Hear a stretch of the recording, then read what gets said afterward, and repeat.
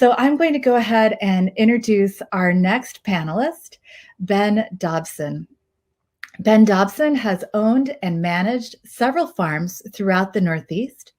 In 2007, Ben founded Atlantic Organics, which was the largest organic fresh vegetable farm in the state of Maine. Between his farm and his other venture, locally known, Ben provided the first 100% East Coast grown and packaged organic salads for sale to the broader retail market in the Northeast and the Mid-Atlantic. Ben has also worked in the Dominican Republic, where he learned about the production and export of organic bananas, coffee, and mangoes, and he developed an organic coffee business in Haiti. Ben has recently been working as farm manager for Stonehouse Farm, a producer of certified organic and non-GMO grains for cover crop seed, human consumption, and livestock feed, as well as the chief executive officer for Hudson Hemp. But he is now able to focus most of his attention on Hudson Carbon, an on-farm soil laboratory studying how organic regenerative farming can maximize carbon capture and restore ecosystems. The goal is to pay farmers for carbon sequestration by selling carbon offsets directly from farms. Ben, welcome. Thank you so much for being here. Thank you so much for having me. It's a wonderful to see you and join you all today. Great. So I want to ask you some sort of tough questions to get started about carbon credits and carbon offsets, because there isn't really consensus in the climate movement around these things yet. And Organic Consumers Association, we've joined some coalitions around the Growing Climate Solutions Act and some big government solutions that are geared towards putting together cap and trade programs. Because our concern is that if the government is trying to regulate fossil fuel polluters, but they're letting them wiggle out of that by buying offsets, then we're never really going to get the corporations to reduce their fossil fuel pollution.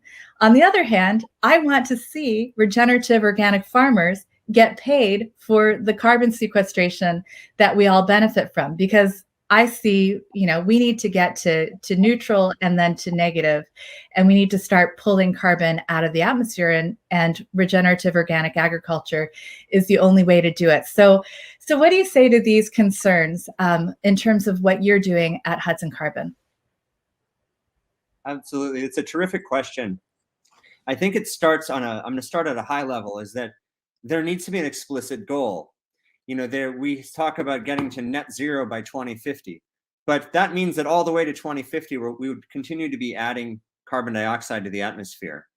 And the cap and trade is limiting an amount of pollution. It's not actually reversing pollution. And I think that we need to first think of the context, and without leadership, we at least need to start our own smaller scale efforts in a way where we are stating what the overall goal should be. Our goal should be an atmosphere with balanced carbon dioxide within this century. And to get there, we need to have a price on carbon that is high enough that polluters who burn carbon, like oil companies, it needs to get too expensive to use those fossil fuels. And the money needs to be then paid to those who are bringing carbon back in. So I absolutely do believe a carbon market mechanism could work. We just haven't talked about the context right. So the carbon cycle is the cycle that made this earth habitable for us. When the planet 5 billion years ago, our atmosphere was mostly CO2, and the first photosynthetic microbes and plants was the first step of life. They started with photosynthesis, and they started adding oxygen to the atmosphere and holding carbon on the Earth's surface. All the way, fast forward to 200 years ago, down to 280 parts per million. So we actually need to value carbon being brought into the ground in forests and wetlands and ecosystems and regeneratively managed soils. And we need the polluters to pay for it. If polluters aren't paying just a small amount to one another to cap their amount of pollution, but actually have to pay a very large amount for every unit of pollutant they let out, and that money is paid to the solution directly, you create a double down effect where when it's expensive, you would emit less, and the sequesters would be more encouraged at a higher price to do the activities that sequester carbon, like with regeneration agave in Mexico, planting agaves, replanting bamboo forests, etc. So I think that the context is essential. But we don't have that context yet. So I think that we as aligned organizations, many of us like those at Regeneration International, Hudson Carbon, and as many other partners we can find, need to say, okay, the goal needs to be to a balanced atmosphere. And the goal needs to be that polluters all are they're on the hook, not only for what they're emitting now, but if we want to get back to 350 parts per million, that means that all the emissions since we were at 350 parts per million 40 years ago need to be paid for as well. So I think there's actually, instead of environmental justice groups and carbon pricing groups being against each other, we can join as long as we set the context and the solution right. We have a temporal justice of extra carbon to bring down, and moving forwards, we need to make sure it's too expensive to pollute, and it's too good of an opportunity not to sequester. Now, in markets now, that isn't the case. Most carbon markets now are built by the polluters themselves. So you have sort of band-aid solutions in regenerative.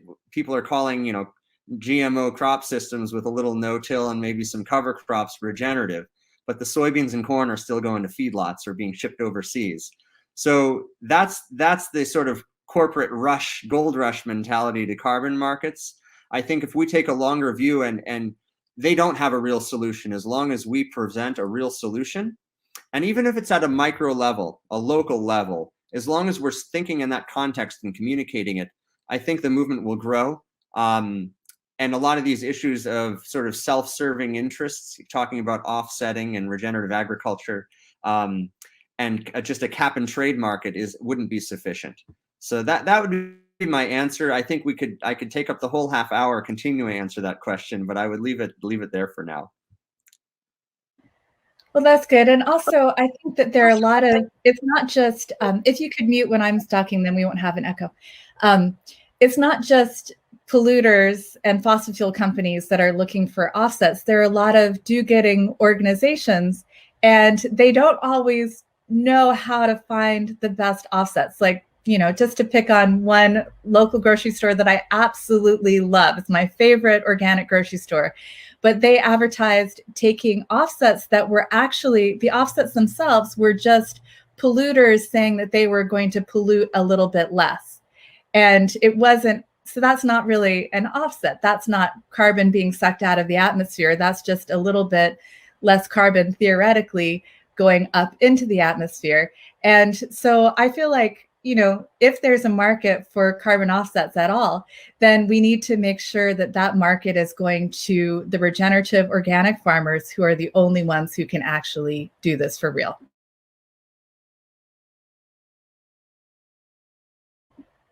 Unmute, Ben.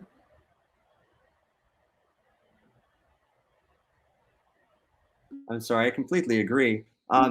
We're actually focused on this at Hudson Carbon and working with a group of stakeholder farms, and where we've been doing carbon measurements, but also biodiversity protocol and understanding water infiltration.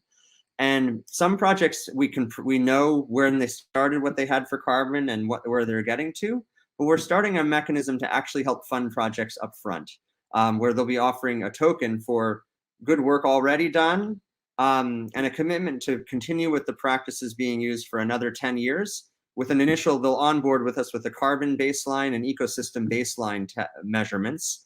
And then from there, they're committing to practices, so an investor in that token knows that they're likely to gain carbon credits and other ecosystem services attached to that property over the upcoming years. And we're partnering only with farms who grow real food, regeneratively and organically, for people to eat. And it's a map-based program, so that those who want to offset will be able to come to Hudson Carbon, and almost look like an Airbnb website at what farms and who they're interested in, and choose the place they want to work with for their ecological asset investments. I'm calling it that because a true place is much more than just carbon. It represents a whole grouping of activities, of biodiversity, of good food for the community, of carbon sequestration. And these hubs need to be considered the most precious types of assets in the world. So we're calling them ecological asset investments. So we're saying invest, not offset. because that's really what we're asking society to do, is to invest in the solution and be a stakeholder in it. Yeah, that makes a lot of sense. I've been a little bit concerned about what the USDA has proposed because they proposed a very, very small price per ton for carbon sequestration. So the US Department of Agriculture agrees that we should pay farmers for carbon sequestration, but they were talking about something in the range of like $20 per ton. And I don't think that that's enough to get people to adopt this sincerely regenerative organic practices. What are your thoughts on that? How high a price of carbon do we need to get adoption? Or maybe that's not even how it works in your system. Well, I think that carbon is a good proxy. And then, so you can measure carbon, but make sure you don't onboard projects that are causing pollution down the line with what they're selling, spraying chemicals that's killing. So you can use carbon as a proxy. I'm not running away from carbon as fast as some, but you have to look at everything else in that system to assess whether it's good for water, good for biodiversity. I think that price is way too low, to answer your question. To get a farm interested, our average on our regenerative farm has been 6 tons of carbon dioxide sequestered per year. If we got paid $20 per ton, that would be $120 an acre, which is a decent amount of money, but we could get a wholesale shift in farming practices if carbon prices went up above $50 a ton, but really they need to be at 100 or more. And if we were to have a market like we talked about earlier, then at $100 a ton, that price would really make people not want to pollute. It'd be too expensive. And it would really make people want to engage in sequestering carbon and farming regeneratively.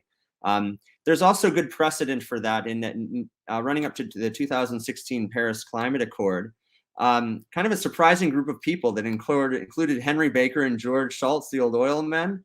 They said we're all going to die if we don't price carbon, and we suggest $40 in 2016 with a $20 increase per year. They're still touting this plan, but that would have left carbon at $120 a ton today.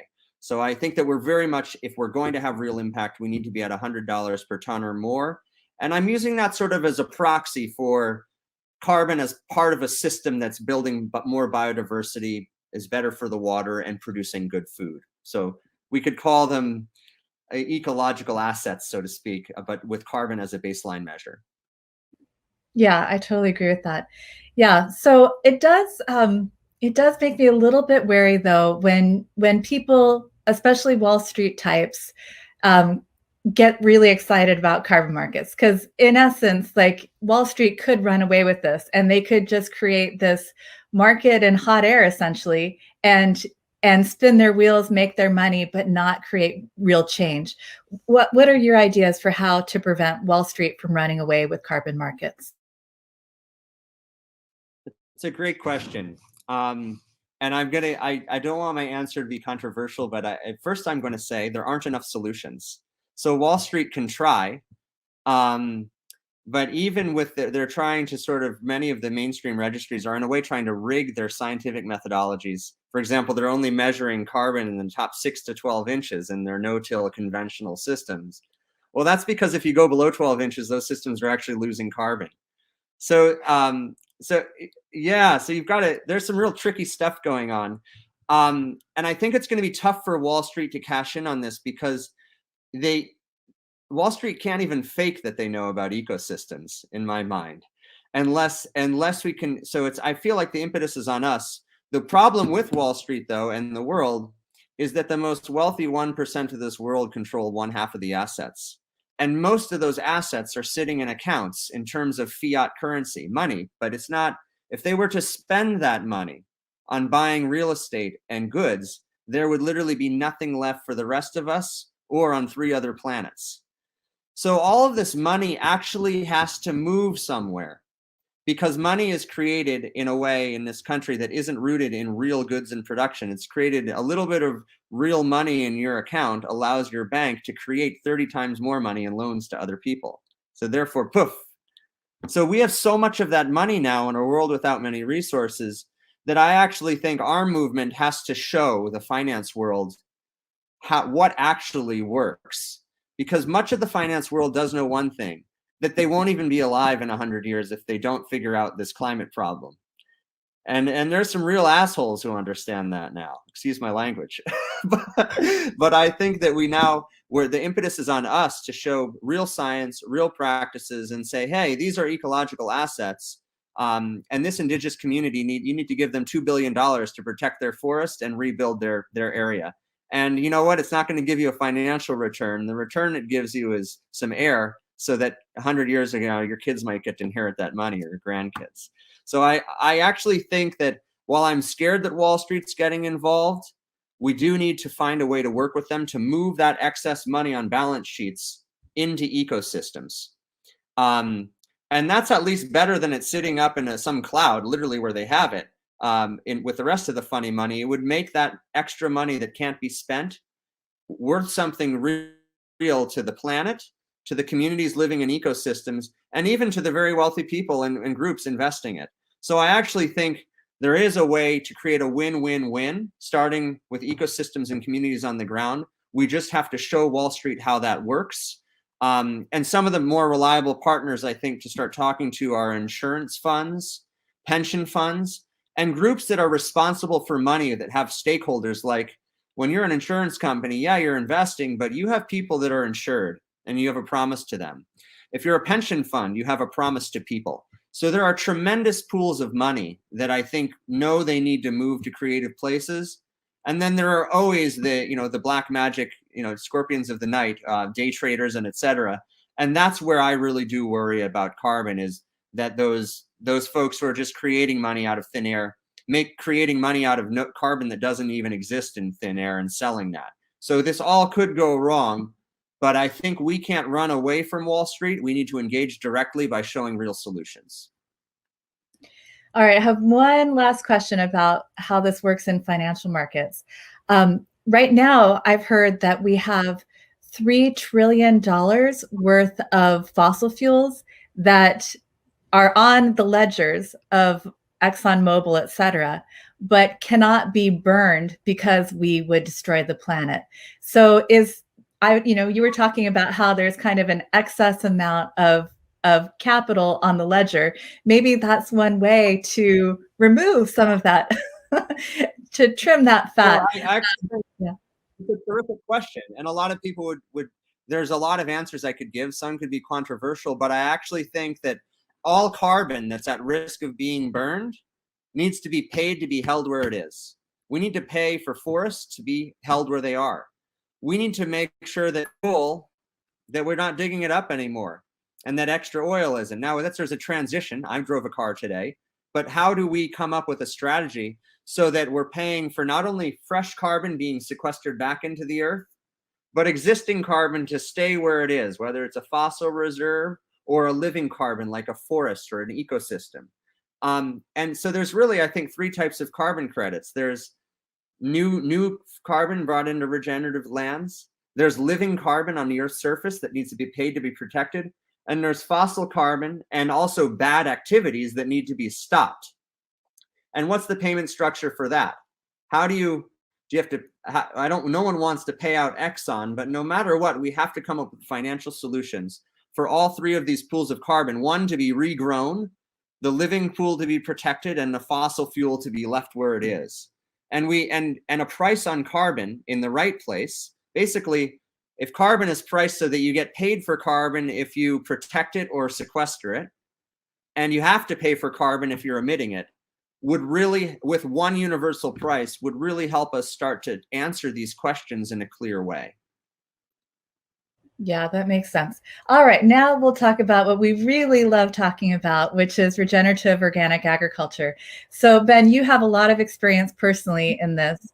And then in the next panel, we're going to be speaking with Will Harris of White Oak Pastures. We're going to be speaking with Reginaldo Hazlet-Marroquin with Regenerative Alliance. He does regen poultry.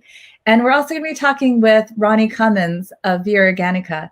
And I know you've been working with Ronnie on how to figure out how this Hudson Carbon system might work, where he is in San Miguel de Allende, Mexico. He's working with a climate that is really challenging. But the local farmers there have come up with an amazing agroforestry system. They're doing agave and other tree crops as a way to anchor the soil, but they figured out how to use the agave as an animal feed. So this is a climate and a landscape that isn't even really good for grazing goats. You know, it just doesn't have enough green matter growing. But the agave thrives there, and these farmers have figured out a way to use it as an animal feed. So where does Hudson Carbon come into this picture? Wonderful question. This is one of my favorite projects. I never knew this would happen. So Ronnie and I were good friends, and Ronnie 2 years ago, I think, said, "Hey, do you know much about agave?" I said, "Well, I love tequila." He said, "Well, no, it's actually, this is part of saving the world, man. This is how we turn our deserts around." So I didn't really believe him, actually, but I came down to Mexico, and then I saw with my own eyes. I'm going to do a quick screen share. And just show you guys. I'm sorry. Just what I can't get it right now. Okay, sure. Take your time. So there's a share button down. Oh yeah, it's working. It's working, and now you can find your screen, and I'll let you know when we're seeing what you want us to see. Okay, now we're seeing the Hudson Carbon fundraising deck. Oh yeah, you've got a slide. I just slide. And what's happening here is an agave plant is being harvested. It's being you can see the gentleman who's leveling it out in a wheelbarrow. It's being shredded up. And then what happens is it's fermented for a month. And down below, you can see the goats eating the agave, the fermented agave. So animals in nature, don't touch agave. It has too many saponins and acids. But once it's fermented, they'll eat it. And also, these are former grasslands. There's still some grass, but not as much due to mismanagement and changing climate.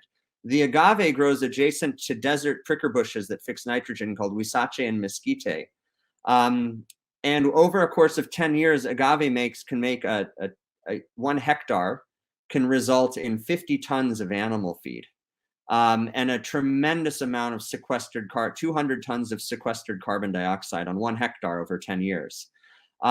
So creating although that carbon would kind of be eaten up, there's so much land to plant that we could be planting agave for the next 50 years across up to 500 million acres or 1 billion acres of land that can almost do anything, feeding animals, sequestering carbon. And incidentally, around the base of the agave, grasses do start to come back. It brings water to the surface. So Hudson Carbon is working with Regeneration International on building the scientific quantification methodology to measure how much carbon, biodiversity, and water infiltration, to measure the impacts of the agave plant, of different types of agave plantings in different parts of Mexico.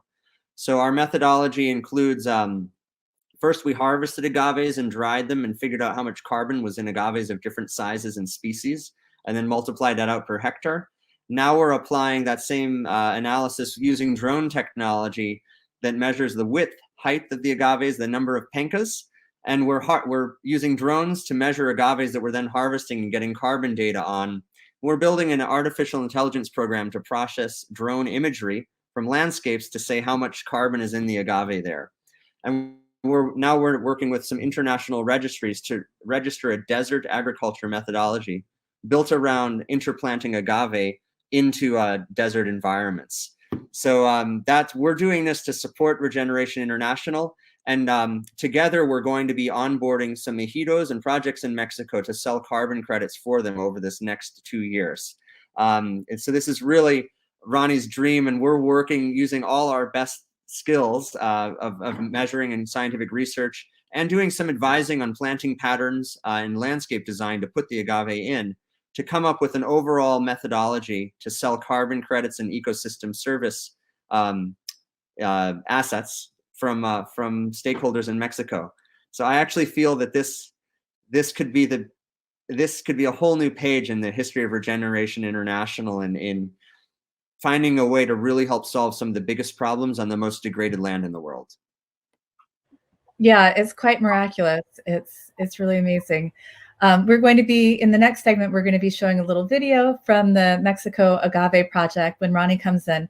But I think the next person we're going to talk to is Will Harris. And Will Harris has a diversified animal operation in Georgia. And he gets plenty of rain, has gorgeous grass, and he's got a really amazing stacked enterprise where he has goats, chickens, cows, just about every farm animal you can imagine. And he's usually using holistic planned grazing, and he's sequestering a lot of carbon.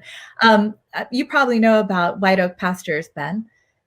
I visited Will 5 or 6 years ago, and I'm honored to be speaking on the same program as Will. He's truly a hero to us all. Hey, and Will Harris, welcome. I'm also a big fan of Ben and his work, and honored to be here with you all today. Thank you for your good work, Ben.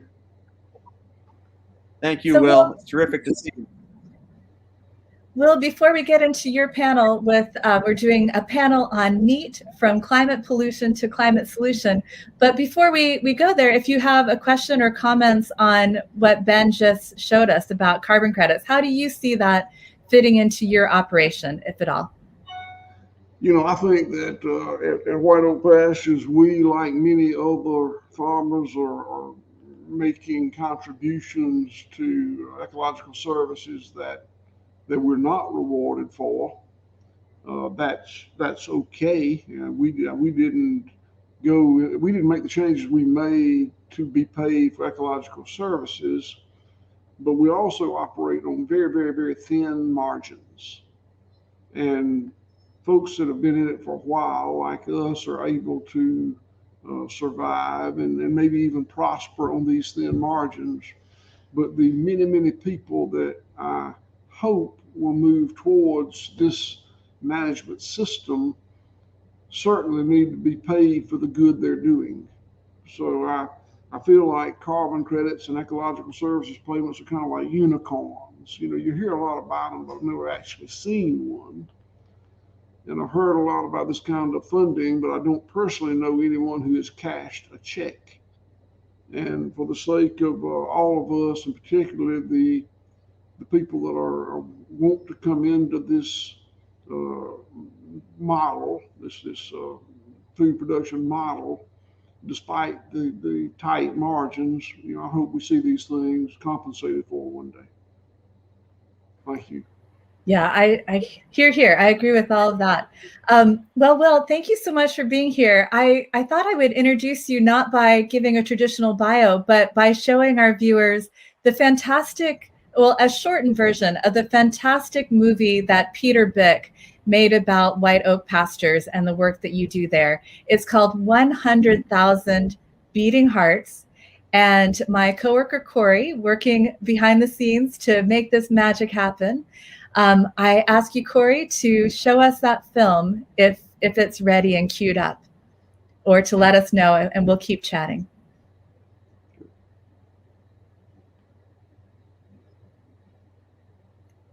Well, Will, I'm going to put a note in here in the chat for Corey to show this. But in the meantime, could you tell us how you met Peter Bick, the filmmaker, and how this film came about? So Peter Bick is a gifted filmmaker. He's a professor at Arizona State University, and he has a passion for regenerative agriculture. He first found my good friend Gabe Brown, who is a farmer in Bismarck, North Dakota. Gabe wrote a book called Dirt to Soil that's doing really well. And Peter did the first Carbon Cowboy, the first film in the Carbon Cowboy series on Gabe and several other farmers, mostly in the maybe Canada, upper Great Plains. And it seemed to catch traction and do well. And I guess he found other funding, and he did the one on us. And it's a little different. The three basic tenets for us at White Oak Pastures is regenerative land management, compassionate animal welfare, and rebuilding this impoverished rural community that we're part of. And Peter focused the one that he did on us more on the community re-enrichment side. And I'm very pleased that he did. It's, industrial, commoditized, centralized agriculture rendered rural America, rural communities economically irrelevant. They simply weren't needed anymore. And like any entity or individual that becomes irrelevant, it will waste away. It will cease to be. If you stop using your arms and legs, they won't be strong anymore. And when that whole production system caught traction the way it did after World War II, it just impoverished rural America. And the changes that we made in managing the land and the animals were very intentional. We didn't like what we were doing. We studied how to do it differently. We implemented changes. Some worked, some didn't. The ones that didn't, we studied again and re-implemented. Some worked, some didn't, and so on. The changes that we made with the community were very unintentional, happened very organically.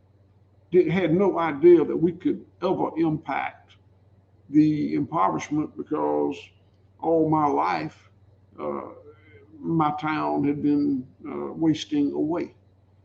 So I didn't think we could do anything about it. But when we changed the way we farm, I went from 4 minimum wage employees to 180 employees that make well above the county average. County average sucks, but they make above the county average.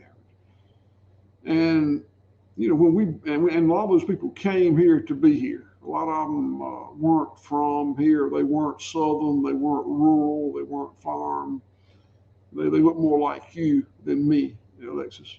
And when we brought those young, passionate, educated, energetic, hardworking people here, they needed a place to eat and sleep and drink and play and shop and live.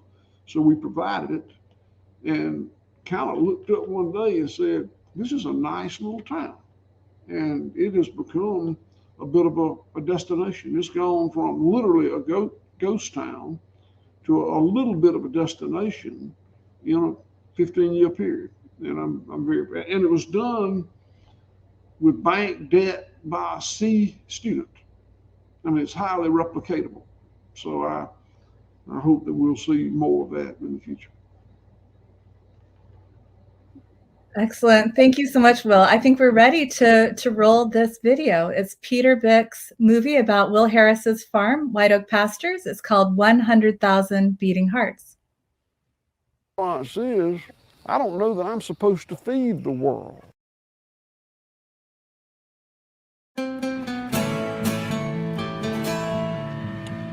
When I was a full-time commodity cowboy, all I thought about was how many pounds of beef I could squeeze out of this farm at the lowest possible price, with no real focus except pounds of beef and how cheap I could do it.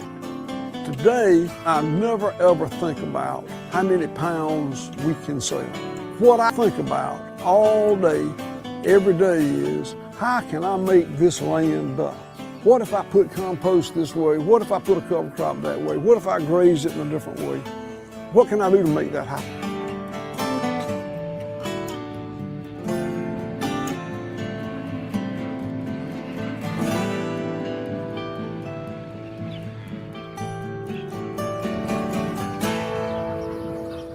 We're standing here on my farm in the edge of Bluffton, Georgia. It's one of the poorest counties in the nation. Wonderful land, wonderful climate, and poor people. The census says there are 102 people. We can't count but about 50. The only thing you can buy in Bluffton is a stamp if you get there between 8 and 12 during the week. If you need a gallon of milk or a tube of toothpaste, It's 12 miles to the store. And what happened to Bluffton is what happened to so many small rural towns that had a purely agrarian economy. With the centralization of industrial agriculture, it simply wasn't needed anymore. There was no economic reason for this town to be here, so people moved to places where they could get better jobs. As far as the impoverishment of rural America, nobody of my father's generation said, let's just suck all the money out of this little town and let it dry up and blow away. That never happened. My father told me that in 1946, a salesman invited all the farmers to a fish fry, and he brought 200-pound bags of ammonium nitrate fertilizer with him.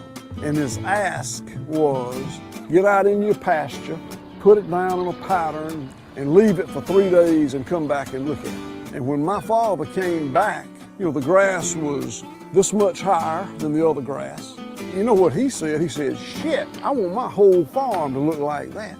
And we put nitrogen fertilizer on every acre of our land every year from 1946, when he was doing it, until 1995.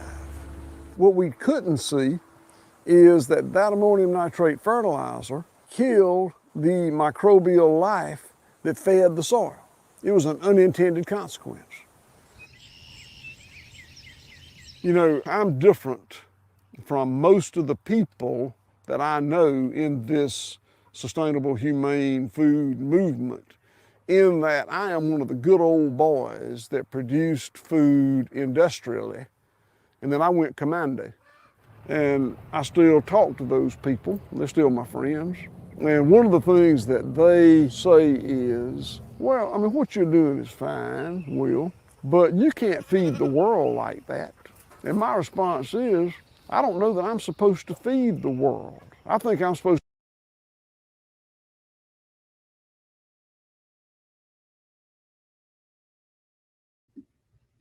to. Okay. Wow, that is so tremendous, Will. That I never get bored of watching that. I've watched that several times. Ronnie Cummins, we are joined now by Ronnie Cummins. He is my boss at the Organic Consumers Association.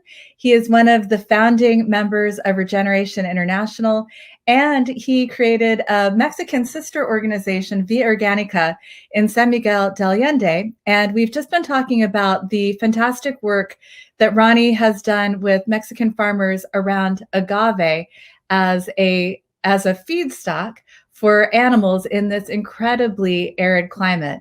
Welcome, Ronnie. Ronnie, you'll have to unmute. I can't hear you yet. And when you start talking, I'll mute so that we don't have an echo. Okay. I still cannot hear you. Sorry. I'll let you know. Keep talking, and I'll let you know when I can hear you. Well, I'll talk to Will in the meantime, because I just love that video, and I love the work that you do, Will, and still can't hear you, Ronnie. I'll have Corey work with you from behind the scenes to figure out what's going on with your mic. And in the meantime, Will and I will chat. So Will, I did want to bring Ronnie into this discussion because I think that both of you have a similar viewpoint towards the work that you're doing.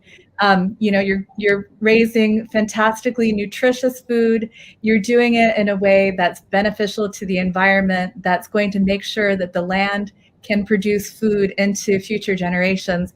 But you said it was surprising, but you also have had an amazing economic impact on your communities. And you know, Ronnie is working in Mexico, where the land is very poor and the people are very poor. You at least have great land and plenty of rain.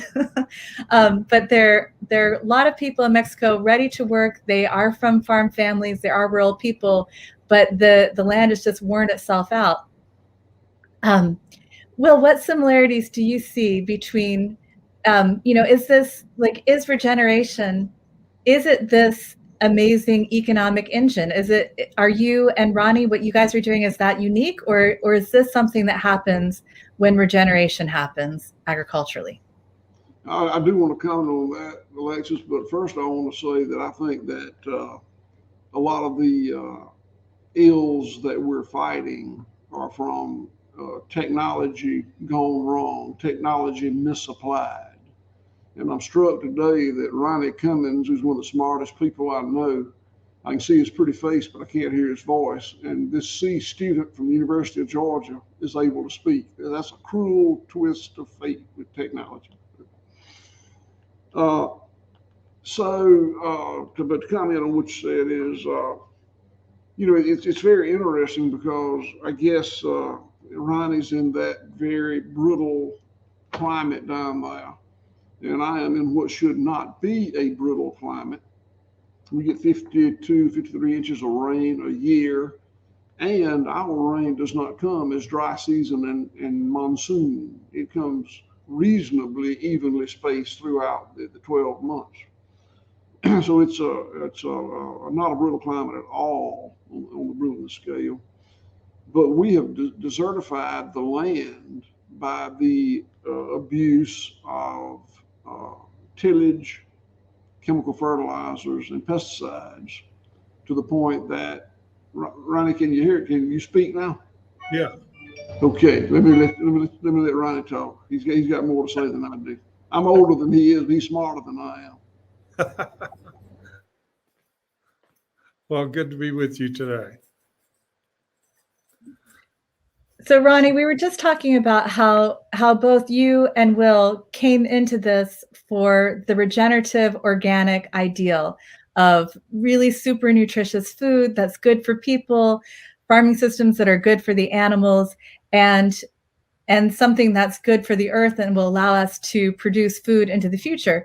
But what each of you found was a farming system that had economic benefits for your region. We just showed the fantastic movie by Peter Bick about Will Harris, 100,000 Beating Hearts. And it's about the economic revitalization of what had become virtually a ghost town. And you're doing something similar in Mexico. Would you like to speak to that? Yes. Well, I mean, there's 4 million family farms left in Mexico. That's twice as many as we have in the U.S., even though the population of Mexico is 128 million, and then there's 38 million Mexican people in the United States. So they have a lot of family farms, but according to the government, 91% of these farms are not economically viable. One of the reasons for this is that 86% of Mexican farmers do not have a well, and they are not likely to get one. And 60% of the terrain in Mexico is this arid or semi-arid, near desert type environment, which is very difficult to grow the traditional crops of corn, beans, and squash.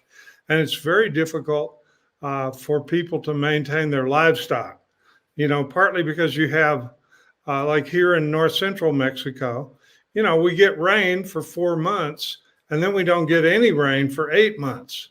And if you don't have a well, and if you're in a landscape that was deforested over the last, it started 400 years ago with the Spaniards deforesting this area in order to have charcoal for the silver mines.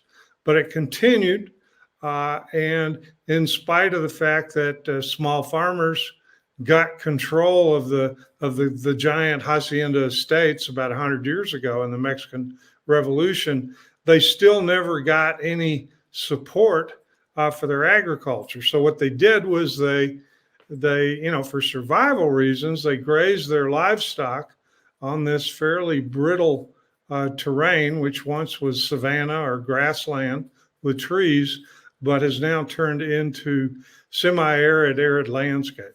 And so it's been a very difficult time for people. The reason there's so many people from Mexico and Central America trying to cross the border into the United States to find work is not because they're lazy and they don't want to work. They want to come to the U.S. and get on welfare or something. It's because it has become nearly impossible to make a living back in their homeland areas, their farming communities. And so what we are excited about, 12 years ago, we started a research farm in Mexico, an organic farm, because we thought that if we just show people how to grow food organically and how to raise animals holistically, that they would pick up on this and start doing this on their farms. Small farmers own the majority of the land in Mexico, but nowadays they have to have jobs in town. They have to have a family member or two that's in the United States or Canada sending back money, and they really don't have the ability to farm full time. I mean, it's similar in a lot of ways in the U.S. with the jobs that farm families have to have. But it's more of a crisis here. The desperation, the drug gangs have moved in and offer to pay the young people decent wages, but they have to kill people and rob and steal and produce, terrible drugs and so on. And so the young people are looking for an alternative, and their parents are still anxious to work the land in a good way. So long and short of it is, through trial and error, some small farmers figured out how to use the native plants that exist in these very harsh terrain in a new kind of way. Indigenous people have known for 10,000 years that you can eat the stalk of the agave plant at the end of its life, and you can utilize the stalk, but it takes 10, 12 years till maturity for that to happen. People, once the Europeans came, they learned how to distill the lightly alcoholic beverage that you get from the agave plant, from the piña or the pineapple. And so they learned how to make mezcal and tequila, drinks familiar to people in the United States. However, this did not solve their major problems. And the way that the tequila industry is being run, it's being run as a monoculture, sort of like a U.S. Industrial farm in the Midwest, where you grow one crop, you spray all kind of pesticides to kill the pests, you put chemical fertilizer on there, you pay the farm workers as little as possible, and a few corporations at the top make off with all the money. And so what these farmers discovered that no one had figured out before was that you got these enormous plants that grow all over Mexico. There's billions of them, agaves, that have most of their biomass is in the leaves, which they call pencas. Now, one of these leaves in a full-grown plant can weigh, 50 pounds. These plants are nearly indestructible. They can grow when it's really hot. They can grow when it's really cold. They can go years without rain, and still they've evolved to survive. But until recently, people didn't know that the leaves, even if you chop them up and try to feed them to your livestock who need this nutrition, especially in the dry season, the 8 months when it doesn't rain, they won't eat them because they have chemicals in them, saponins and lectins, that evolve in evolution because the plant doesn't want to be eaten until it produces the seed stalk at the end of its life. But what they figured out is you chop up these indigestible agave leaves finely in a machine they designed, a relatively low-cost machine, and what you get looks like green coleslaw coming out of the machine right after you chop it up. And you put this green coleslaw in front of a cow or a sheep or pig or goat or a chicken. They're not that interested in it unless they're starving to death. And the reason for that is they can smell, and they know what they should eat and what they will not eat. However, you put this in a closed container. We use either 5-gallon recyclable plastic buckets with a lid, or we use larger 250-gallon barrels. If you close this container for a month, it ferments the agave, and it's not green anymore, it's gold. And you smell it, oh yeah, that smells kind of like sauerkraut or kombucha. Okay, well then you put this out there in front of the animals, and yeah, they sniff around it for a while because it's a new kind of a new thing. But before you know it, they're gobbling it down. They're enjoying it and they love it. And so you think back, okay, there are, millions of tons of these leaves around Mexico that are considered garbage. They're basically, burned or thrown into landfills once you harvest the piña or the pineapple part of the plant at the end of its life. But once farmers realize, oh, this isn't garbage at all. This is feed that I can make 2.2 pounds or a kilo for 5 cents US. And hey, I'm paying 6-8 times that amount for corn silage, for alfalfa, and I can grow this stuff myself because it grows out there. It needs no irrigation, and it's a very good for the environment if you grow it in a biodiverse setting. In other words, you don't chop down the pre-existing cactus and other plants, bushes and trees. You plant this amongst them. The plant, the agave, evolved to where it doesn't mind if it's shaded by another plant because it does its photosynthesis at night. Almost all plants do their photosynthesis during the day, but this plant does it at night. And so it's a perfect complement to the natural landscape. And then you can plant this pretty much everywhere. So we have about 50 staff on our farm who are mainly young Mexican kids from rural backgrounds, from farming families, or else they went to the university to learn agronomy. And they work on our farm, and they have learned how to do this. And then it's starting to spread throughout our county. It's starting to spread throughout the region.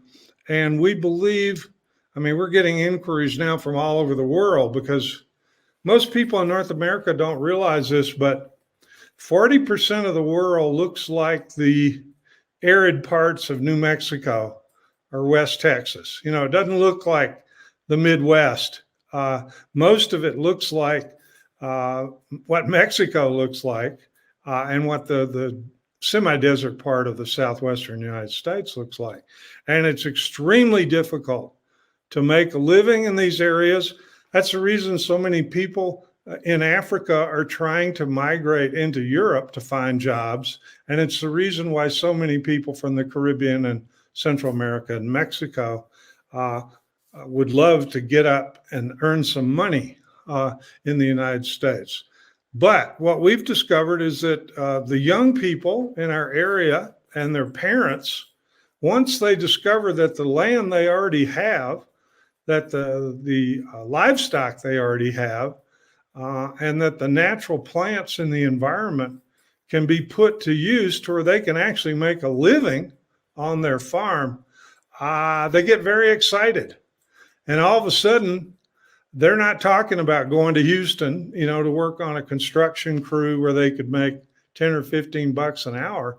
What they're talking about is how can they turn their families' holdings, and we have these ejidos in Mexico. There's 28,000 of them. They're basically co-ops of land where a rural village owns a bunch of land. They have their private land, each family, but they also own it. They have communal lands where they have typically grazed their animals and unfortunately have overgrazed their animals for the last 100 years. So we think this was a gift from Mother Nature that just in time, when things were becoming really intolerable and the climate is getting worse and worse, you can't even grow corn and beans and squash any longer. Most years. Now this year was odd around here.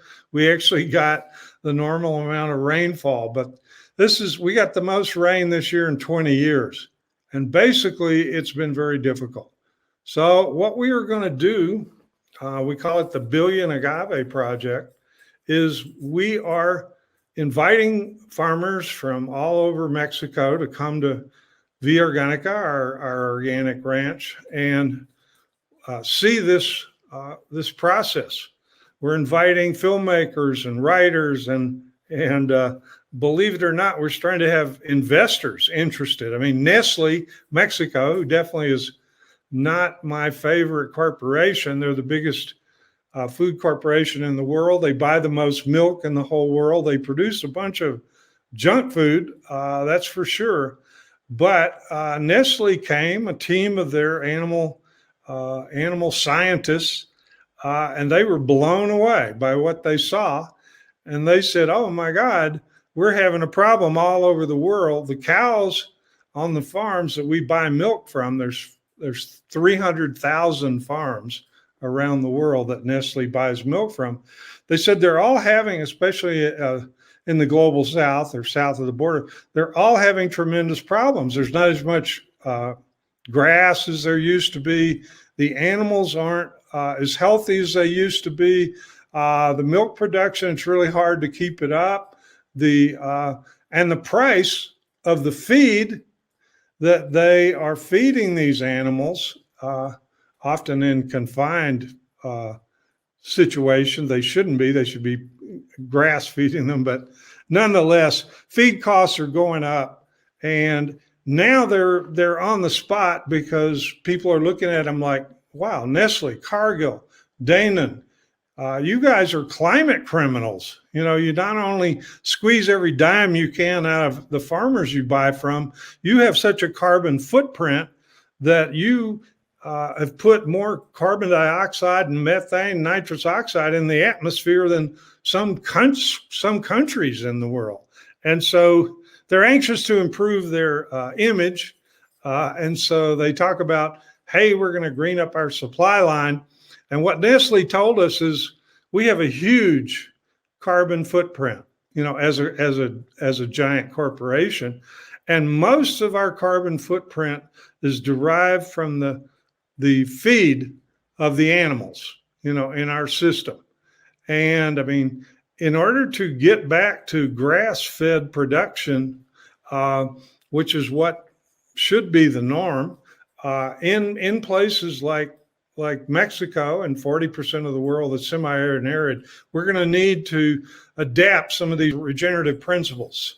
So out in the fields where we've planted hundreds of thousands of agaves the last couple of years, right now is the end of the rainy season, but you see that this is definitely not a monoculture that we're talking about. I mean, there's nice grass now where the agaves have been planted. There's companion trees like the mesquite or the agaves that have the pods. They fix nitrogen and nutrients in the soil.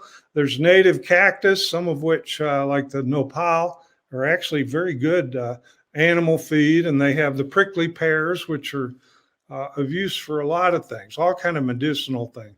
So the environment in a semi-desert area is not devoid of life, but it needs some help to restore the soil, bring back, draw up some of that moisture closer so the grass can grow better. And then you have to we do on a small scale of 75 acres, what Will Harris does on a much larger scale, or what Ben Dobson does. We do this rotational grazing with our sheep and with our goats and with our chickens and our ducks and geese and rabbits. But we do it with solar fencing, and we just move the animals every day. And what we're finding is that if you do that, if you do what Will's doing on a large scale, even on a small scale, you can see the difference. And we are excited, and we are attracting a lot of attention. And this system, because because when you're looking at an arid or semi-arid area, there's hardly any carbon above the ground or below the ground. And these native plants can grow into literally a forest without any irrigation. We're looking at massive amounts of carbon being drawn down, the excess carbon from the atmosphere, and put in to the above ground biomass and into the soil. And if you do it, if you harvest these plants on a, we harvest 10% a year, so that by the time we've harvested 10%, you still have 90% of the biomass in the pasture, that it can be a continuous system. And we are excited. 2 days ago, I went to a farm where they were using a species of tree that I had only read about because it's from Asia, but a Paulownia. And it was amazing to see these 16-month-old trees in a field of 2,000 agaves that were already like 6-8 feet tall. And they'll be 12 feet tall in another year. And the leaves, I watched in amazement. They have giant leaves, and I watched some cows chowing down on these leaves, and they love them. And it would be like dessert if they got to eat the grass and then the fermented agave and then the leaves from these Paulownia trees. And so every day we're getting new hints, new advice. And I think this system, this regenerative and organic system, which is a really, it's agroforestry, but it's also holistic livestock management, is going to provide a tremendous benefit to, the billion people who live in these semi-arid, arid areas around the world.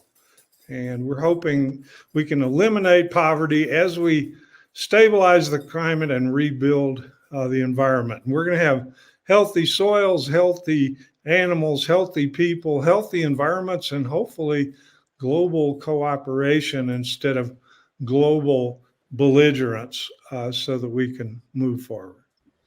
Thanks, Ronnie. And I want to go back to Will, something you were saying before Ronnie joined us about how your climate in Georgia doesn't have the same challenges that the climate that Ronnie is working with in Mexico. But because of hyper-industrialization, all of the chemical fertilizers, all of the plowing, the disregard for the natural systems, it has become brittle in similar ways to what Ronnie is describing, where we had in Mexico, there was deforestation and then overgrazing, and then you ended up with an extremely brittle system that has to be carefully revived. But in Georgia, you can see that too with the hyper-industrialization. Can you go on and talk more about what you were getting at there? So a lot of what Ronnie was talking about is fascinating to me. I didn't know the ecological history of that ecosystem he's in Mexico, but I have always been aware, long been aware, that every ecosystem is different. And a hero of mine is Wendell Berry, and one of the things Mr. Berry says, and I'll misquote him, but there's no way to place a value on how much a farmer knows about his land, or what a farmer knows about his land. And while all of the fundamentals are the same, no matter what your ecosystem is, it's very different. The fundamentals for me are the cycles of nature, the carbon cycle, the water cycle, the energy cycle, the mineral cycle, the microbial cycle, on and on, cycles we don't even know about. But to compare what I have here to what the ecosystem Ronnie's in down there would be, it'd be like two different planets. But what is similar is the degradation that has occurred in both ecosystems based on the land management. This was the savanna. That was the historical ecosystem here. It was farmed without a lot of technology until prior to World War II. Post World War II, a tremendous amount of the war effort's technology was repurposed and was those such powerful technologies that actually, at least in the short run, broke the cycles of nature. I was mentioning before Ronnie got on the tillage, chemical fertilizer, pesticides on the land, on the animals, pesticides, wormers, hormone implants. And then it literally broke the cycles of nature, so that the abundance of nature was no longer there. I have a neighbor who farms very industrially. The organic matter in his soil is 1/2 of 1%. I checked it. My land right across the fence is over 5%. And that took 20 plus years to get it there, but it's there. And to give you a sense of what that means, generally 1% organic matter will hold a 1-inch rain event. So if we get a 5-inch rain event, my land will absorb, and we get 5-inch rain events in the Gulf Coast. My land will absorb the 5 inches of rain if it comes slowly. My neighbor's land right beside it will take absorb 1/2 inch of that rain. So 4.5 inches washes on down and does harm in the waterways of the Gulf of Mexico. And we call that desertification. No matter how much rain you get, if you can't hold but tiny amounts, incremental amounts of it, the land becomes desertified. It seems incredible that land in the Gulf Coast can be desertified, but we've done it. And we've reversed that process here by what we call biomimicry, the emulation of nature. We use a lot of animal impact on our farm.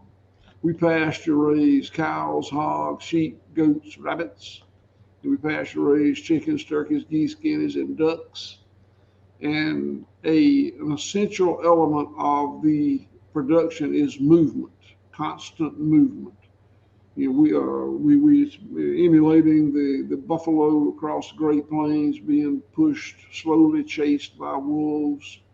The effect would be hard animal impact on the land. They would eat shoulder to shoulder, bunched for safety in numbers. They're prey animals, eating it all down to very short. Most of the photosynthesizing tissue would be eaten off, but they would have a very long recovery time.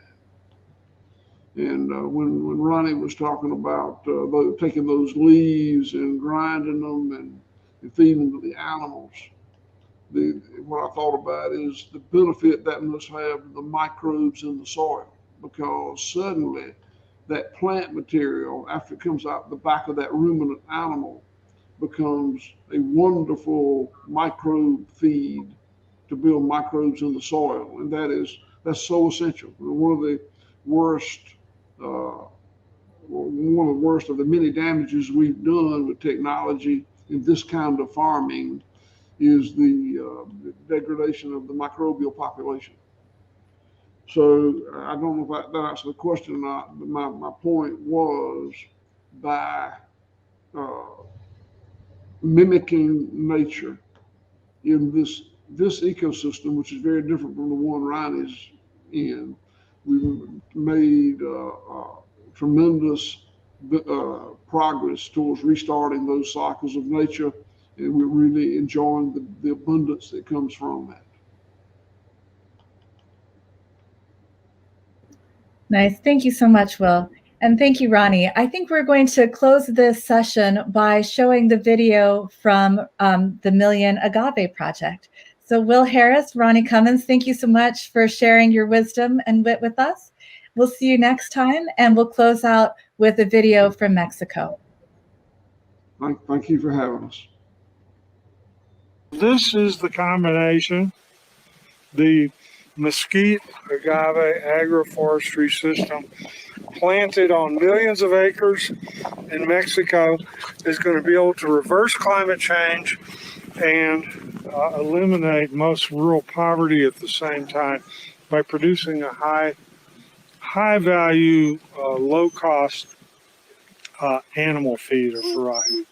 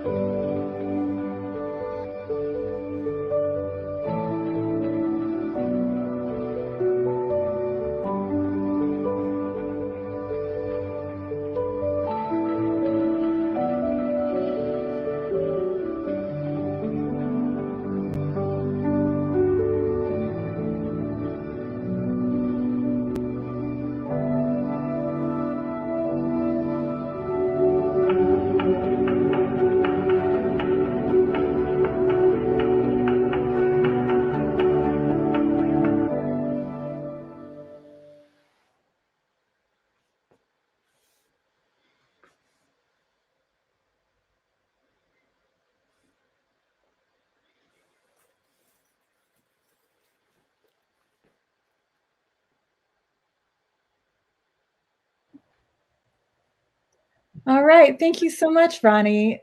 It's really nice to see the farm. It's changed a lot since I was last in Mexico. It looks so beautiful. And it's so amazing. I don't think you talked yet about how the agave plant regenerates itself by producing little baby agave plants. So in that image where we saw a truck full of these baby agave plants, they weren't grown in a nursery.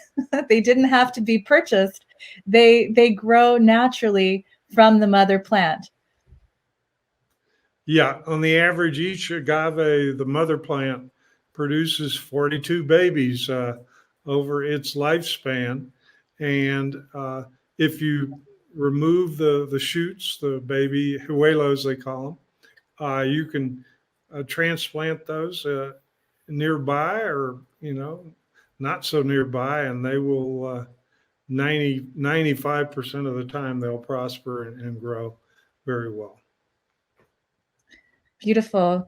So we were going to have Reginaldo Hazlet Marroquin with us, but he was not able to make it. We do have a short clip of what he does with regenerative poultry.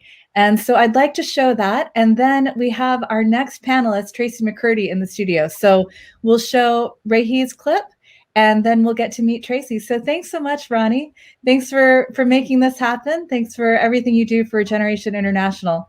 It's been a great time so far at the People's Food Summit. And so hopefully we'll do this again next year. Okay. Thank you, Alexa.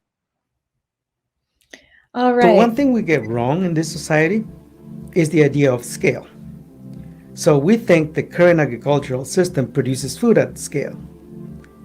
But if you stop for a second, before us humans took over the earth, the scale at which food was produced and distributed equally across all of the living systems on the earth was, hundreds of levels of magnitude greater than what we do today. Understanding that is central to being able to set the mind forward and all the technology and scientific knowledge that we have today, managerial and otherwise, so that we can then regenerate at scale. By raising chickens, we can bring a easily accessible, culturally compatible, economically feasible, globally applicable blueprint so that we can scale one sector.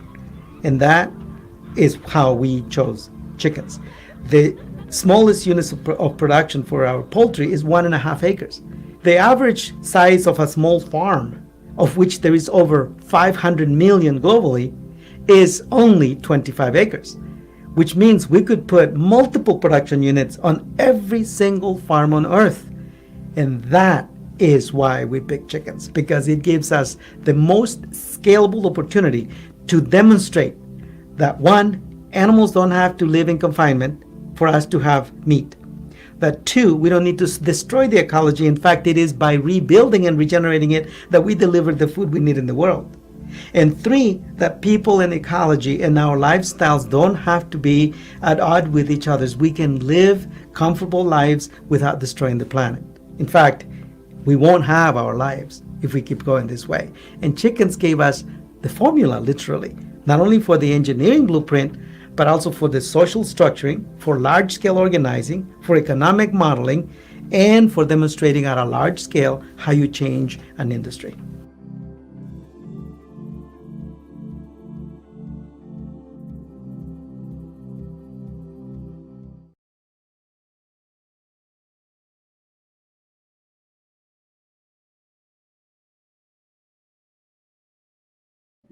Now I'm unmuted. Hello, hello.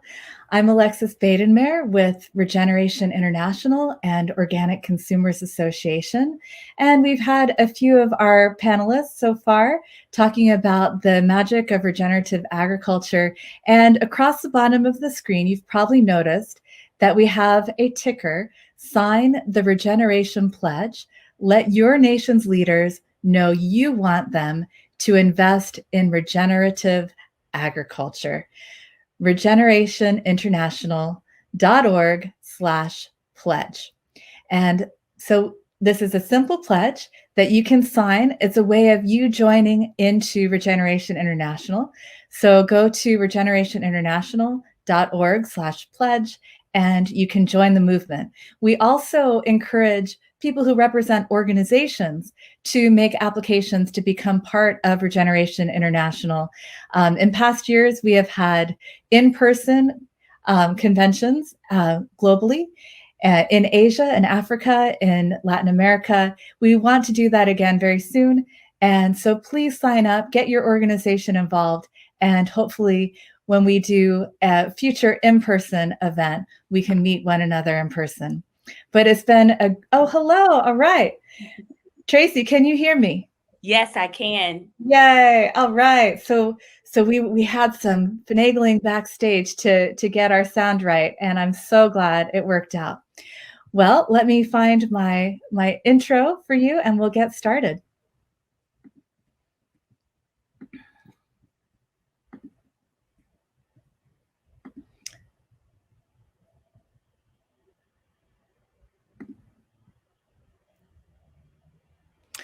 All right, so I am here with Tracy Lloyd McCurdy. She is the co-alchemist of the Acres of Ancestry Initiative and the Black Agrarian Fund, and she is the co-founder and executive director of the Black Belt Justice Center, a legal and advocacy nonprofit organization dedicated to the preservation and regeneration of African American farmlands and land-based livelihoods through effective legal representation, advocacy, and community education.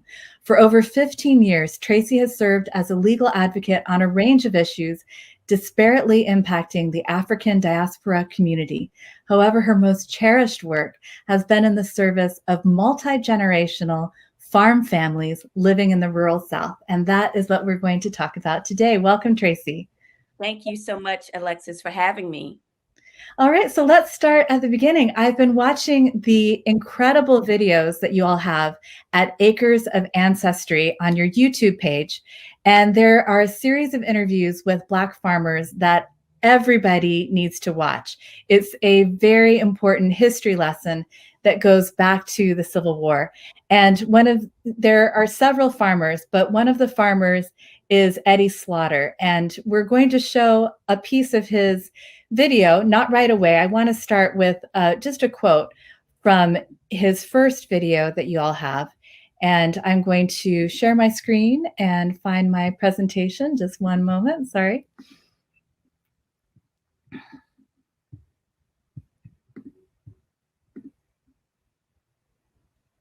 All right, can you see this, Tracy?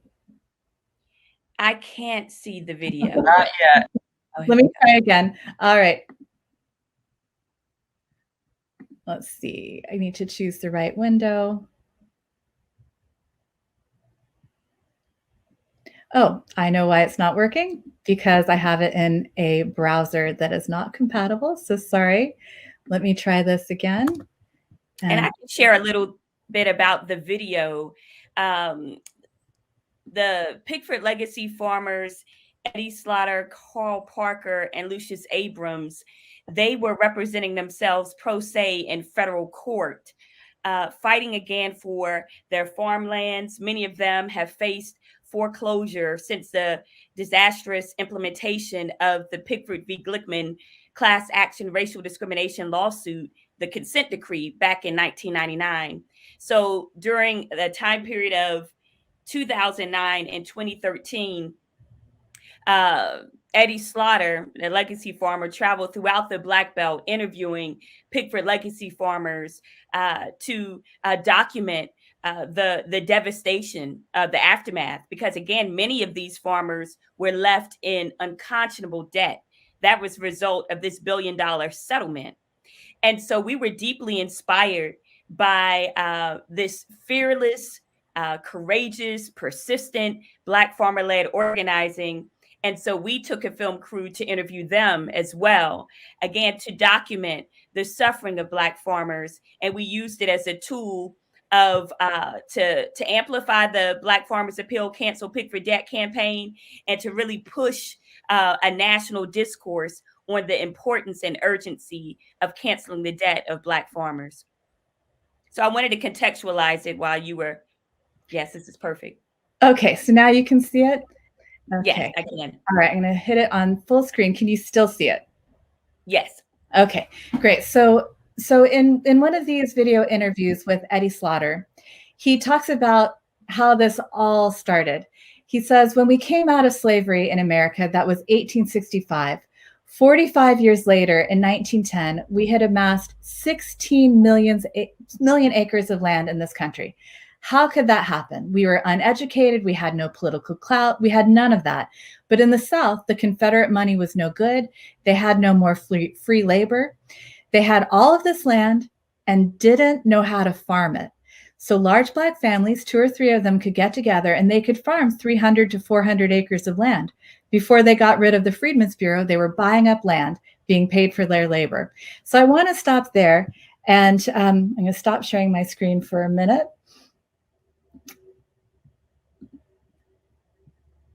And I just want to settle in that time period for a minute when we think about how this land, how hard it was earned. It's an extraordinary history of pure grit. There were 3.9 million people emancipated from slavery in 1865. We've heard about the promise of 40 acres and a mule, but we know that in reality, Black farmers coming out of slavery got nothing. Even the 400 acres that were negotiated in an agreement with General Sherman were taken back after Lincoln was shot. So it was without any help that Black farmers managed to peacefully take possession of 16 million acres of land over 45 years. So Tracy, what more do you want to say about that extraordinary achievement? I think that it's important to add to the discussion that when we talk about federal ag policy, many of our farmers still refer to USDA as the last plantation. So when we look at what happened in 1862, we have the Homestead Act, which violently transferred over 240 million acres of land from indigenous nations to mostly white male farmers, settlers. Then in 1866, we had the Southern Homestead Act, which also transferred 46 million acres of land from indigenous nations, again, to mostly white male settlers. With that, even though African Americans were supposed to be able to apply to receive land titles, only 1,000 Black families were able to acquire land titles under the Southern Homestead Act of 1866. And I think it's important to also lift up this week on October 14th was what would have been George Floyd's birthday. And I don't know how many of your listeners know this history, but his great-great-grandfather, Hillary Thomas Stewart Jr., was born at the end of slavery. During Reconstruction, he acquired, again, through grit and determination, over 500 acres of land. And he lost that land due to white criminality, collusion, economic and physical violence. And George Floyd's grandparents worked as sharecroppers, and they were never able to climb out of cycle of debt to, again, lift up their family and provide intergenerational wealth, through the land. And so I think that's really important for us to understand. When you talked about the 16 million acres of land that our ancestors were able to acquire through their own grit and determination and without the support of the federal government, it's important to note that during the period of 1865 and 1870, Black farmers put over $16 million in the Freedmen's Bank from their efforts, and over 70% of that money went to acquiring land. So they understood that land was crucial, was central to Black liberation, economic autonomy, and sovereignty. Yeah, that reminds me of another quote from Eddie Slaughter's talk, where he talks about, if you're landless, you're helpless. And he talked about all the things that having land protected you against, including, like, if you're wrongly imprisoned, you can post bail based on having land. And it's a very important insurance policy. I think a lot of people feel that today. They want that type of security, and it's a terrible crime that that's been deprived, basically wholesale, to Black Americans. There's So a beautiful story can I share real quick of a farmer? His name is Willie Head. His grandfather, Judge Head, was a sharecropper. And it's important to share this story because Willie Head still farms on this land legacy that his grandfather provided him. And so, as the story goes, his grandfather was sharecropping, and there was a piece of a plot of land that came open, 73 acres of land. And the landowner told Judge Head, his grandfather, if you're able to come up with the down payment, I'll help you finance the rest. So there was a clearing of a parcel of land, and with a mule, Judge Head removed what Willie had estimated to be over 3,000 stumps that were the size of the front of a truck with his mule. And that's how he was able to acquire the down payment. And that's why Willie Head is on the land today. Grit and determination. And what is so egregious is that the erosion of the Black agricultural land base, the federal government has been the primary culprit. And so we can get into that. And that is the travesty of the Black farmers lawsuit, the Pickford v. Glickman class action racial discrimination lawsuit that our Black farmers organized tirelessly in 1997, driving their pickup trucks around the country, speaking with other farmers, and learning that what was happening to them was happening across the Black agrarian community, with delays in loans, with them reducing the amount of loans, with them making the farmers have what they call supervised accounts, where the farmers, they were approved of the loan, but in order to access the money, they needed the signature of the Farm Service Agency loan officer. And so what would happen, the farmer would report to the local FSA office to get the signature of the loan officer, and he wasn't there. And so that would happen over and over and over again. And it caused unconscionable delays with them being able to farm. The county committee system, which has a history of being an apparatus of white supremacy. One of the farmers in the video that we shared, we called it Debt After Death. This is Carl Parker. His father actually served on a county committee. And then for some reason, he was no longer on the county committee, and he applied for a loan. And he was in dire financial straits. He needed the money to continue planting, and they denied the loan. And on that same day, he suffered from a massive heart attack. And the family was in debt over $500,000. And what's really sad is that due to the egregious implementation of the Pickford v. Glickman class action racial discrimination lawsuit, Carl Parker is now in debt over $1 million. And this is racialized. This is contested debt.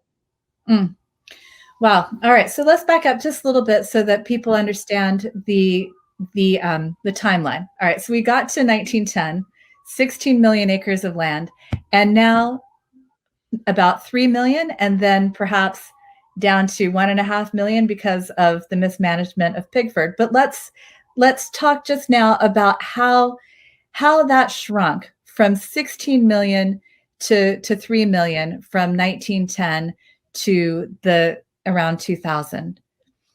Yes, absolutely. I can share this story because there's so many stories to further illustrate what happened to the Black farmer.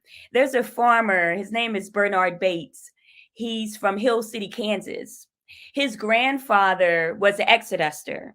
So his grandfather was one of the thousands of Black farmers that moved to Nicodemus, Kansas to settle there and to flee from white supremacy and violent terrorism. And so his grandfather was able to acquire 250 acres of land. And I think some of that land came surprisingly from the Homestead Act, but he was able to acquire land. Bernard Bates was able to build upon that land and amass 950 acres of land. In 1983, he started to experience discrimination from the local credit association, the land bank, the local FSA office. And he wrote then his senator, Bob Dole. And he also wrote, and we have this in our archives, we have a community archives on our website. He also wrote President Ronald Reagan. The FSA administrator responded to farmer Bernard Bates and said essentially, there's nothing that we can do about this. And then later on in 1983, this is a part of the history, President Ronald Reagan dismantled the Office of Civil Rights, the very arm that is charged with investigating discrimination complaints. So imagine over a period of 13 years, because it wasn't reopened again until the Clinton years, all of those complaints, they said, were either trashed and just sat there. And meanwhile, Black farmers were losing their land. And I think it's really important to make the connection because recently there was the Office of Inspector General released a report. And the report revealed that the typical time period for investigation of discrimination complaints is 180 days. But this report found that this is current day now, that in 2019, it took the Office of Civil Rights 800 days to investigate discrimination complaints. So then the question that I posit to the group is, what is the difference between the actions of President Ronald Reagan and the effectiveness now of the Office of Civil Rights under whatever administration, right? Whether it's Republican or Democrat. And so I think it really speaks to the invisibility of the suffering of Black farmers. And so I really want to stress that. So just to loop back to the question, we are still, we have an issue with confronting specifically anti-Black racism within USDA, the local FSA offices, and the county committee system. Yeah, it's ongoing. But let's take it back to prior to the Pigford lawsuit. So in 1997, I guess that was the first time that the government acknowledged that the racist practices were happening within the USDA. And the USDA released a report on racial discrimination, its own racial discrimination against Black farmers. And there were congressional hearings at that time. And then the first lawsuits were brought. And that was a story that I was told. The farmers won. It was happily ever after. But these cases, which are known by the name of one of the farmer plaintiffs, Timothy Pigford, the Pigford lawsuit, it was settled in 1999 for almost $1 billion. And $1 billion has been paid to more than 13,300 farmers. And that's the largest civil rights settlement ever. So that seemed like a huge victory. And that's the story that I learned. But actually, the result was that, 13,300 farmers are paid, but 17,000 Black farmers are left with crushing debt. So the USDA was supposed to pay them for the racial discrimination, but the farmers actually end up paying the USDA because of this ongoing continuous racial discrimination. And if we can bear with me one more time to let me share my screen, I'd like to show you another slide from another video made about the farmers that did the Pigford lawsuit. So let me try this again. It's Michael Stovall, and I'm going to present here so you can see it full screen. Are you able to see that? Yes. Okay. So Michael Stovall was first rejected by a USDA loan officer in the 1990s when he was 29 years old. And I guess this is in, as you were telling us, Tracy, this is in this era where the racism was very overt and Reagan shut down the Office of Civil Rights, and these things were going on with full approval of the USDA system. But I guess in the Clinton administration, then finally an investigation determines that he was rejected because of racism. But it didn't stop there. And he tells his story. He says it was just ongoing from there all the way up to today. And this is an interview that was done with him this year. So he says, I was steady trying to get them to do right by me, and every time I would do so, they would retaliate against me. They've been trying to foreclose on me for 21 years. This farm has sat vacant for 21 years. This is what they do to Black farmers across the United States of America.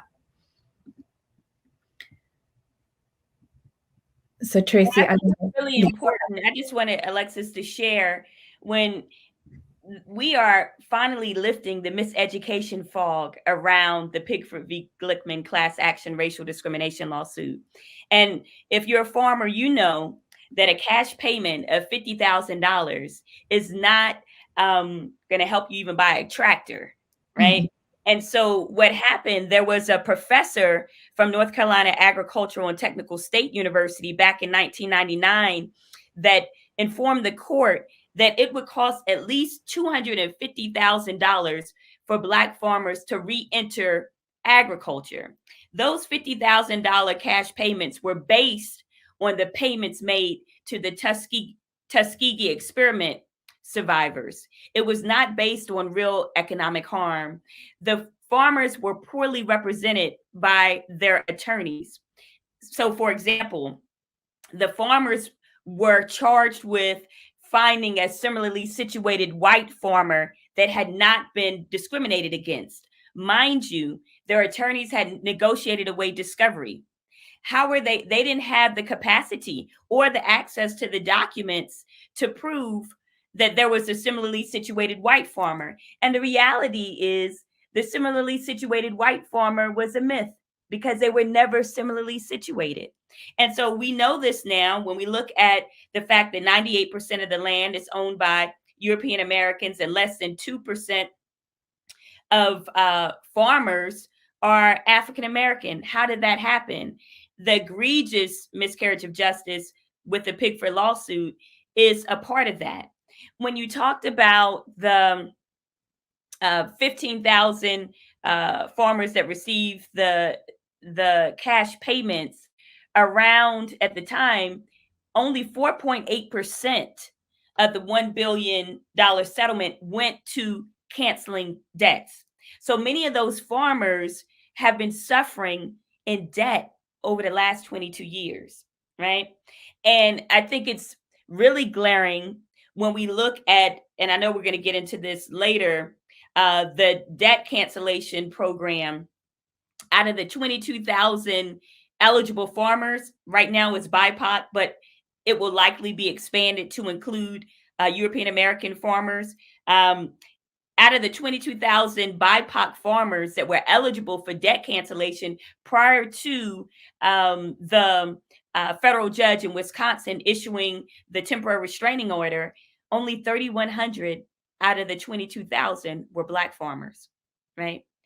Only 3,100 out of the 22,000. Less than 5% of all Black farmers would receive debt cancellation. And when we started our campaign to cancel the debt, we thought, again, the number was 17,000. That's the number we had been told, and it made sense considering the history of Pigford. So what we realize now is that over the last 22 years, the policy of USDA, which is essentially, let's just wait for the Black farmer to ascend to ancestorhood, to just wait it out. Many of the farmers, there was another farmer, Janie Bell Bembry from Hawkinsville, Georgia.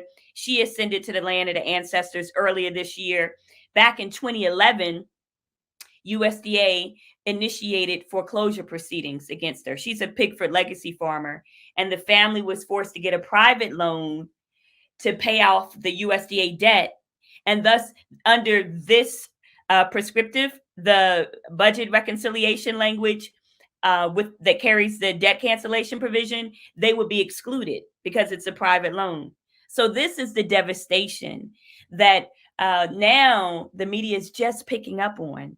And so it's really empowering time for our farmers, because they have suffered largely over the last 22 years, and no one heard their cries really, right? Until this moment. So one of the farmers said, I love elders, hanging out with them because they have so much elder wit. And he said, sometimes God sends a blessing and the devil delivers it, right? So sometimes God sends a blessing and the devil delivers it. So now we had the pandemic, and we were able through advocacy to enfold the issue of the debt cancellation of the Pigford legacy farmers in this other narrative of the crushing debt of many farmers, but particularly BIPOC farmers. So that is kind of the history of Pigford, that I think, again, when we talk about the Emergency Relief for Farmers of Color Act or the Justice for Black Farmers Act, the roots are in the Pigford case, rectifying the injustices of the Pigford lawsuit. So Tracy, we queued up the video from Eddie Slaughter's interview. Would you like to show that now? Absolutely. Okay, Corey, are you ready? You look at the Fifth Amendment to the Constitution that guarantees a due process. That means that you can go into court and you can present your side and the evidence, and on marriage you can present your case to them. But what it looks like for us, because I don't know anyone that's been able to go into court, it reminds me of 1857 in the Dred Scott decision, when the United States Supreme Court, and the Chief Justice at that time was Roger B. Taney, said that the Negro had no right that the white man was bound to respect. He was nothing more than an ordinary article of merchandise, as a hog, a cow, or a chicken. And wherever commerce was concerned, or profit to be made by it, so be it. He was nothing more than an ordinary article of merchandise. So obviously 1857 still applied to us, even going into the 21st century, because out of all of these black farmers that we had, I don't know one that have been able to be heard in court, his case on the merits. That's Lucius Abrams, Cecil Brewington, any of the lead plaintiffs, and for them to say that we have justice, that's a moral disgrace. Ain't no justice in America. Equal justice under the law still do not exist in America for the black and the poor. And the black farmers lawsuit bears this out. It bears it out.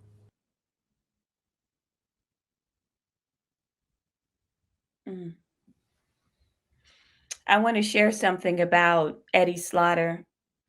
He is 71 years old. He's a double amputee. He's blind in one eye. And he received the $50,000 cash payment. Because he still had debt over $200,000, USDA for over 9 years garnished, offset, what they call offset, his Social Security, his disability, his peanut subsidy, the $200 stimulus check, and that amounted to over $41,000. This is the result of the Pigford lawsuit. How could this happen? I mean, how could this be the result where the federal government that acknowledged, it's well documented, the anti-Black racism that dates back to, the documentation goes back to 1965, and yet this class action racial discrimination lawsuit resulted in the farmers being in this unconscionable debt. And I think it's really important, when people talk about the cash payments, the farmers always wanted their land. The Pigford lawsuit was about the land, because they knew that if they had the land and the debt was extinguished, then they had their sovereignty. And many of them wanted to get out from what they called USDA, the last plantation, their over dependency on monoculture agriculture, commodity crops, right? But over the last 22 years, their freedom dreams have been arrested.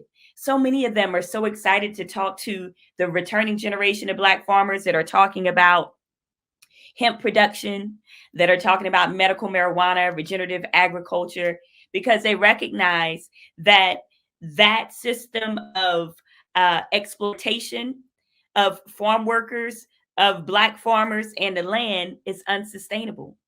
And what has happened, they haven't been able to engage or even stand in their imagination fully of organic agriculture because it is unconscionable debt. And consequently, they did not have access to capital. That's the other piece that we don't really talk about. And what has happened to them, and how has that impacted their families, the generational impact of that devastation. So I have a lot of respect for Elder Slaughter because he's still fighting. His debt was actually canceled because, again, he had an operating loan. And so his debt was canceled last year. But many of the farmers that had debt, again, Pickford was about the land. The farm ownership loans have not been canceled. And that's why we launched the Black Farmers Appeal Cancel Pickford Debt campaign. Yeah, well, tell us about that. That was going to be where I wanted to go next. You've had an amazing victory, and yet you haven't been able to realize it completely yet. But tell us first about how you, over the last couple of years, you've been doing this Cancel Pickford Debt campaign. And earlier this year, you all won an amazing victory. Tell us that part. Oh, absolutely, Alexis. And again, I always want to situate that our work is very much a continuation of 30 years of Black farmer-led organizing and advocacy. So we have to start with Senator Elizabeth Warren. When Senator Elizabeth Warren was running for president, she wrote a piece in the Washington Post addressing Black land laws. And it was a narrow lens. It was talking about the phenomenon of heiress property, which has contributed to Black land laws. But the Black agrarian community, we pushed back and we said, we have to deal with institutional discrimination within USDA. So that started this community-based participatory process of policymaking. And we co-created with the Warren campaign a robust policy platform to dismantle institutional discrimination within USDA. It was an incredible document. Many of the farmers said they never had a presidential candidate address uprooting institutional discrimination within USDA. So then we jumped on the Justice for Black Farmers Act train with Senator Cory Booker. And that was an incredible piece of legislation that was introduced in 2020 and then reintroduced in 2021, January 2021. And we collaborated on the language to extinguish the debt for our Pickford legacy farmers. Now, that language inspired the language in the Emergency Relief for Farmers of Color Act, which was introduced by Senator Reverend Raphael Warnock. Now, I think we can look back at the political lesson of that because it was we expanded recovery to BIPOC farmers. And the challenge has been in court. And this has always been the challenge in court. Again, we heard Slaughter talk about the Dred Scott decision. The farmers have been fighting the last 22 years for recovery to no avail. And so what has happened, we have this conundrum. And, as an attorney, the constitutional standard and has been for any type of race-based remedy is strict scrutiny. Is it narrowly tailored to advance a compelling government interest? And so I stopped counting after the 12 lawsuits. It's 12 lawsuits and counting from many white farmers that receive subsidies. One of our colleagues, the Environmental Working Group, they actually have a database of farmers that receive subsidies. And you can go, many of the farmers that are challenging this debt cancellation provision, they receive massive amounts of subsidies, right? Because a lot of the subsidies are based on acreage, which USDA has been complicit in severely reducing the land acreage of Black farmers. And so that has been the challenge. The Department of Justice, actually, this was a Political article. They said that they're not going to appeal the decision because there is a concern of the ramifications. If this goes all the way up to the Supreme Court, what could happen?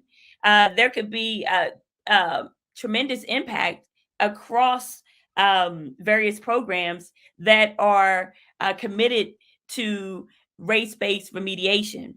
So what we're working on now is curative language in the Build Back Better budget reconciliation. It's a $3.5 trillion budget. I did hear that the budget might be cut down to $2 trillion. The ag budget was $135 billion. And so there is the House Ag Committee, well, the Republicans leaked the markup bill. And in that bill, there are various criteria. So it's race neutral criteria that we hope will advance racial equity.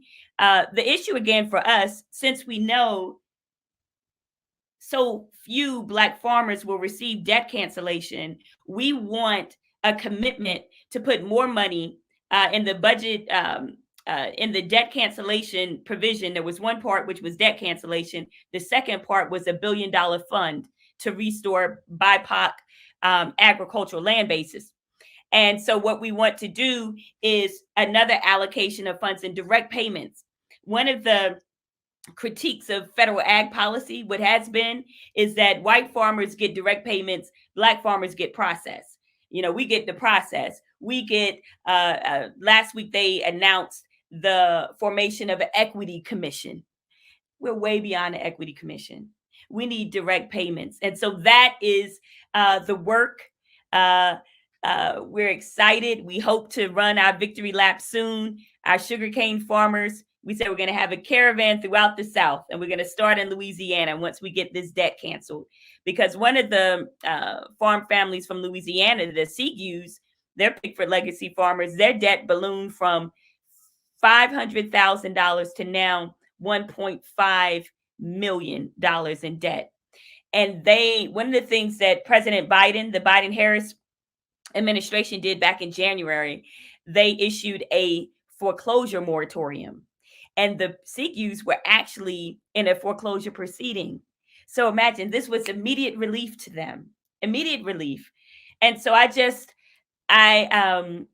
one of the farmers, sometimes they can get, there's so much despair because this year alone, I can count 5 or 6 Black farmers that have ascended to the land of the ancestors without restorative land justice from USDA. And I'm reminded of the quote from Zora Neale Hurston when she said, "I've been in sorrow's kitchen and I licked out all the pots. And then I've stood on the peaky mountain wrapped in rainbows with a harp and sword in my hand." And I think that is the experience of Black farmers in this country. Equal joy and sorrow, and we carry both in this campaign. Oh, it's been an amazing ride for you. You got Congress to pass $4 billion in debt relief. And then, like you said, all of these white farmers who have gotten plenty of federal subsidies came and said that they were being discriminated against, which is, I mean, I just can't understand how the courts could have considered that as logical at all. But that's where you are. And so so I have one more slide, if we can bear to have me share my screen one last time. So I'll do this now. All right, so we've got a call to action here. Can you see my screen? And it's coming up to a full screen. Oops. Sorry, wrong thing. Present. Okay, now it should be coming up to a full screen. Can you see that, Tracy? Yes, absolutely. Thank All you right. so much. Take it away. So what's our call to action? What should we do now? Our call to action is to call Congress, both the Senate and the House Agriculture Committees, of course, Chairwoman Debbie Stabenow of the Senate Ag Committee, and Representative David Scott, the chairperson for the House Ag Committee. Over the next couple of weeks, we'll be hearing about the bill. The House will be voting on it before it goes to the Senate. And there are two things that we want. We want to make sure that the debt is canceled for all Black farmers, but then we also want an allocation. We want an allocation.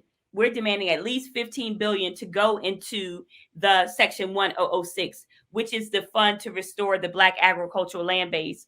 We would love support from your community if they would consider making donations to Acres of Ancestry Black Agrarian Fund, so that we can provide those donations and love offerings to our farmers. Again, everybody expected the debt to be canceled expeditiously.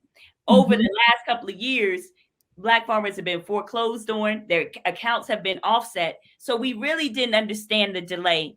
And there's a real feeling and sentiment within the Black agrarian community that Secretary Vilsack slow walked.